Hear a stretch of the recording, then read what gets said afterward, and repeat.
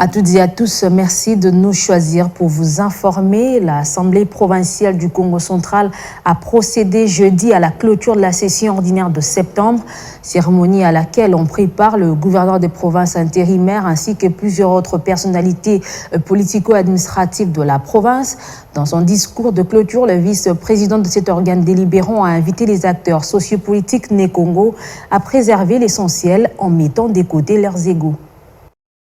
Après 3 mois d'intenses travaux, les députés provinciaux du Congo central ont débuté leurs vacances parlementaires ce mercredi 29 décembre. Au cours de la cérémonie de clôture de la session ordinaire de septembre 2021, qui était essentiellement budgétaire en dépit d'autres activités de contrôle parlementaire, le vice-président de l'Assemblée provinciale Samuel Nimimbumba a remercié ses collègues députés provinciaux pour leur participation active aux travaux de leur institution, notamment l'élaboration et l'adoption du budget budgétaire pour l'exercice 2022, faisant allusion à la tenue de la 8e session de la conférence des gouverneurs de province à laquelle ont également pris part les présidents des assemblées provinciales sous le haut patronage du président de la République Félix-Antoine Tshisekedi Tshilombo, session placée sous les thèmes la stabilité dans la gouvernance des provinces, gage de la réussite du programme de développement communautaire à la base de 145 territoires. Le speaker du jour a attiré l'attention des acteurs sociopolitiques du Congo central qu'il a d'ailleurs invité à préserver l'essentiel en mettant de côté ce qui les divise. Aux élus provinciaux, Samuel Nimimbumba les a exhortés à se consacrer sur l'essentiel de leur mission, à savoir représenter la population,